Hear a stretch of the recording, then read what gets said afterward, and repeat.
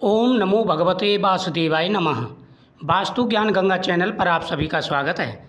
आज मैं आपको निर्जला एकादशी की पूजा विधि, निर्जला एकादशी का व्रत कब का रहने वाला है और साथ ही 3 काम कौन से करने हैं जिससे भरपूर धन आएगा, आपकी हर मनोकामना पूरी होगी। ज्येष्ठ मास के शुक्ल पक्ष की एकादशी को निर्जला एकादशी कहते हैं। निर्जला एकादशी का मतलब होता है कि निर्जल व्रत रखना। इससे साल की पूरी एकादशियों का फल प्राप्त हो जाता है। लेकिन अगर आप प्रत्येक एकादशी का व्रत रखते हैं तो क्या आपको निर्जला एकादशी व्रत रखना चाहिए, या फिर आपने साल में कोई भी व्रत नहीं रखा है तब आपको किस प्रकार से व्रत रखना है, पूरी जानकारी इस वीडियो के माध्यम से प्राप्त होगी। जो भी चैनल पर पहली बार आए चैनल को सब्सक्राइब करें, बगल में बेल आइकन बटन को दबाएं। एकादशी का दिन भगवान विष्णु और माता लक्ष्मी जी को समर्पित है। एकादशी के दिन घर में अन्न नहीं बनना चाहिए। जो व्यक्ति एकादशी के दिन अन्न खाते हैं उन्हें चांडाल की योनि में जाना पड़ता है। इसलिए एकादशी के दिन चावल बिल्कुल नहीं खाना चाहिए, अन्न नहीं खाना चाहिए। अगर आप प्रत्येक एकादशी का व्रत रखते हैं तो घर में माता लक्ष्मी का वास होता है और भगवान विष्णु हमेशा प्रसन्न रहते हैं। निर्जला एकादशी का शास्त्रों में बड़ा महत्व मिलता है। निर्जला एकादशी का यह व्रत स्वयं वेद व्यास जी ने भीम को बताया था। यह व्रत सबसे बड़ा व्रत है। यह व्रत भीम ने भी रखा था, इसलिए इसे भीमसेनी एकादशी भी कहते हैं। सर्वप्रथम सुबह स्नान करें। स्नान करने के बाद में भगवान कृष्ण को स्नान कराएं। भगवान कृष्ण की जो बाल रूप की मूर्ति होती है, जिसे लड्डू गोपाल जी कहते हैं, घर में लड्डू गोपाल जी की प्रतिमा ला के जरूर रखें और प्रतिदिन उनको स्नान कराना चाहिए। एकादशी के दिन सबसे पहले आप उनको स्नान कराएं, फिर भगवान शिव का अभिषेक करें।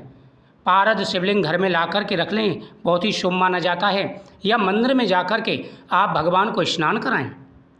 स्नान कराते समय उनके मंत्रों का जाप करना चाहिए। जब आप भगवान को स्नान करा लें तो भगवान कृष्ण के सामने तुलसी दल समर्पित करें, भगवान को चंदन का टीका लगाएं, भगवान के सामने फल समर्पित करें, दीपक जलाएं और फिर भगवान के सामने आपको संकल्प करना है। अब आपको ध्यान देना है, अगर आप प्रत्येक एकादशी का व्रत रखते हैं तो जैसे हर एकादशी का व्रत रखते हैं उसी प्रकार से आप निर्जल एकादशी का व्रत रख सकते हैं।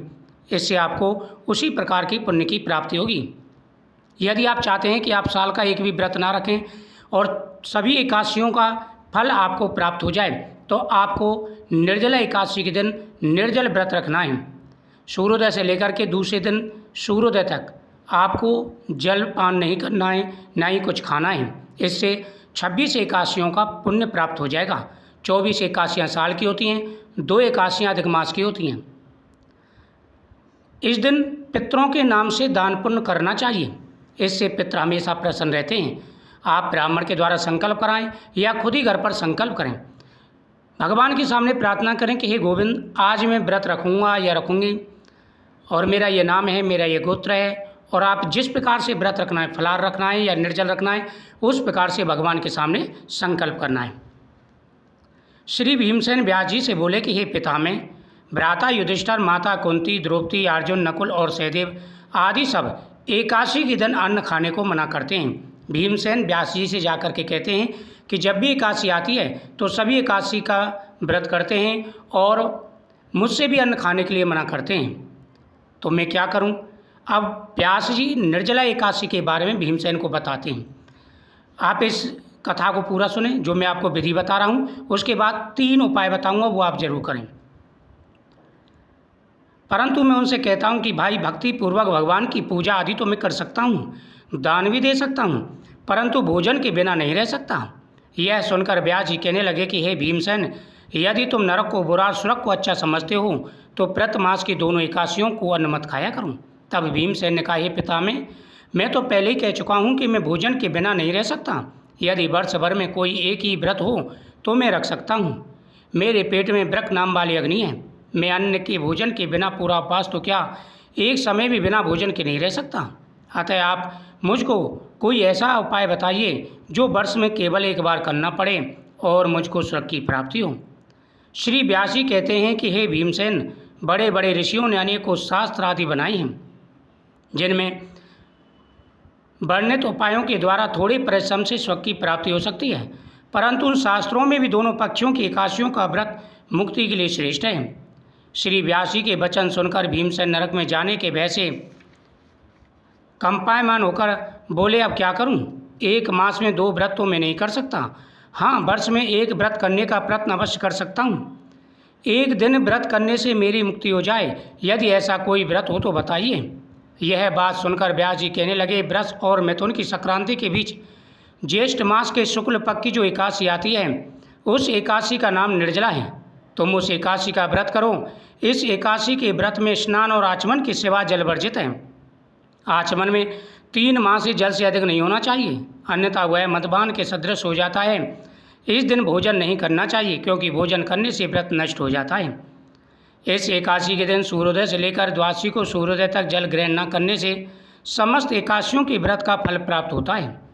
द्वादशी को सूर्योदय से पहले उठकर स्नान आदि करके ब्राह्मणों को दान आदि देना चाहिए। इसके पश्चात भूखे और सतपात ब्राह्मणों को भोजन कराकर फिर स्वयं भोजन करना चाहिए। इसका फल 1 वर्ष की संपूर्ण एकादशियों के फल के बराबर होता है। व्यास जी कहने लगे कि भीमसेन, यह मुझको स्वयं भगवान ने बताया है। इस एकादशी का पुण्य समस्त तीर्थों और दानों से बढ़कर केवल 1 दिन मनुष्य निर्जल रहने से पापों से मुक्त हो जाता है। जो मनुष्य निर्जला एकादशी का व्रत करते हैं, उनको मृत्यु के पश्चात यमदूत आकर नहीं गिरते, वरन भगवान के पादर्श उनको पुष्पक विमान में बैठाकर स्वर्गलोक को ले जाते हैं। अतः संसारिक जनों को यह सर्वश्रेष्ठ निर्जल एकादशी का व्रत अवश्य करना चाहिए। इस दिन ओम नमो भगवते वासुदेवाय नमः मंत्र का उच्चारण करें, गोदान करें। व्यास जी की आज्ञा अनुसार भीमसेन ने भी इस व्रत को किया था। इसी कारण इस एकादशी को भीमसेनी या पांडवी एकादशी भी कहते हैं। तो इस दिन आप इस व्रत को रखें, दान पुण्य करें, जल का घड़ा भर करके दान करें, फल दान करें, अन्न दान करें, वस्त्र दान करें, जो भी आपको अच्छा लगे। वस्त्र, छत्र, उपनहार, जूती आदि दान करना श्रेष्ठ माना गया है। इस दिन माता लक्ष्मी जी के सामने पीली कौड़ी, कमलगट्टा, गोमती चक्र, श्री यंत्र, व्यापार वृद्धि यंत्र ला करके रखें। माता लक्ष्मी जी के सामने दीपक जलाएं। दूसरा, पीपल वृक्ष के नीचे दीपक जला करके वहाँ पर एक धागा जरूर लपेटें। इससे हर प्रकार की व्याधाएँ, परेशानियाँ दूर हो जाती हैं। तीसरा, इस दिन गौ माता को फल खिला करके जरूर आएँ। यह बेहद ही शुभ माना जाता है। इससे हर मनोकामना पूरी हो जाती है। जो भी जीवन में परेशानी, दुख, संकट आ रहे हैं, सारी परेशानियां दूर हो जाती हैं और हर प्रकार का सुख प्राप्त होता है। मुझे उम्मीद है आपको ये जानकारी बहुत ही अच्छी लगी होगी। तो वीडियो को शेयर करें, चैनल को सब्सक्राइब करें, साथ ही कमेंट में जय महाकाल जरूर लिखें। भगवान विष्णु आपकी हर मनोकामना पूरी करेंगे। तो एकादशी का व्रत सभी को करना चाहिए। यह व्रत बहुत बड़ा व्रत होता है। अगर नियम के साथ में यह व्रत रखा जाए तो व्यक्ति की हर मनोकामना पूरी हो जाती है। और अगले वीडियो में मैं आपको बताऊंगा किस प्रकार से नियमों का पालन करना है। नियमों का पालन करना बहुत ही ज़रूरी होता है, तभी व्रत में फल प्राप्त होता है, हर प्रकार की मनोकामना पूरी होती है। यह एकादशी का व्रत 6 तारीख को रखा जाएगा। निर्जला एकादशी का जो व्रत है वो 6 तारीख का रहने वाला है। 6 तारीख का ये व्रत रहेगा और इस दिन आप व्रत रखें, 7 तारीख को पारण करें, आपकी प्रत्येक मनोकामना पूरी होगी। साथ ही महिलाएं विशेष रूप से बातों का ध्यान रखें, घर में साफ़ सफाई का विशेष रूप से ध्यान रखना है और जितना हो सके उतना दान पुण्य करें, पितरों के नाम से दान पुण्य करें और दीप दान ज़्यादा से ज़्यादा करें। गौ माता को एक वस्त्र उड़ा करके आएँ। अगर आपके मन में कोई कामना है और कोई परेशानी आपके घर में आ रही है तो आप एक वस्त्र गौ माता को अपनी इच्छा बोल करके जरूर उड़ा करके आएँ, आपकी प्रत्येक मनोकामना पूरी होगी।